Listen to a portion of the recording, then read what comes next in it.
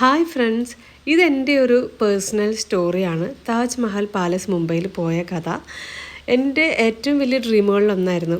എനിക്ക് അത്യാവശ്യം ഒന്ന് സെറ്റപ്പൊക്കെ ആയി കഴിയുമ്പോൾ അച്ഛനെയും അമ്മേനെയും മോളെയൊക്കെ കൊണ്ടുപോയിട്ട് ഇന്ത്യയിലെ ഏറ്റവും ഒരു നല്ല ഹോട്ടലിൽ താമസിക്കണം എന്നുള്ളത്.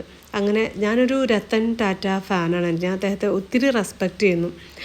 പിന്നെ മേജർ സന്ദീപ് ഉണ്ണികൃഷ്ണൻ, അദ്ദേഹം മരിച്ചത് താജ്മഹൽ പാലസിൽ വെച്ചിട്ടാണ്.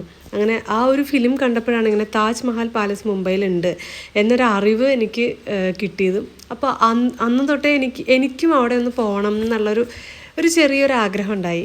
അങ്ങനെ കുട്ടുവിൻ്റെ SSLC എക്സാം കഴിഞ്ഞപ്പോഴേക്കും ഞാൻ അച്ഛനെയും അമ്മേനെയും മോളെയും കൂട്ടി ഇവിടെ വന്നു.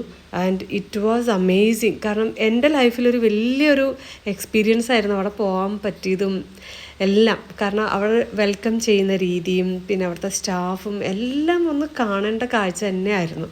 അവിടുത്തെ കോറിഡോറും അവിടുത്തെ ഇൻറ്റീരിയറും അവിടുത്തെ ഫുഡും പിന്നെ ട്രഡീഷണൽ ഇന്ത്യ കൾച്ചറൊക്കെ, വീണ, ഓടക്കുഴൽ, പിന്നെ സബ്യാസാച്ചിയുടെ ആക്സസറീസ്, ഡ്രസ്സസ് എല്ലാം അവിടെ ഡിസ്പ്ലേ ഉണ്ടായിരുന്നു. പിന്നെ അവരുടെ കോറിഡോറും തൂണുകളും എല്ലാം കാണേണ്ട ഒരു രാജകീയത ഉണ്ടായിരുന്നു അവിടുത്തെ ഓരോ സ്ഥലങ്ങളിലും. എനിക്കിതിന് അപ്പുറം വർണ്ണിക്കാൻ അറിയില്ല, ബിക്കോസ് ഞാൻ അത്ര എക്സൈറ്റഡ് ആയിരുന്നു.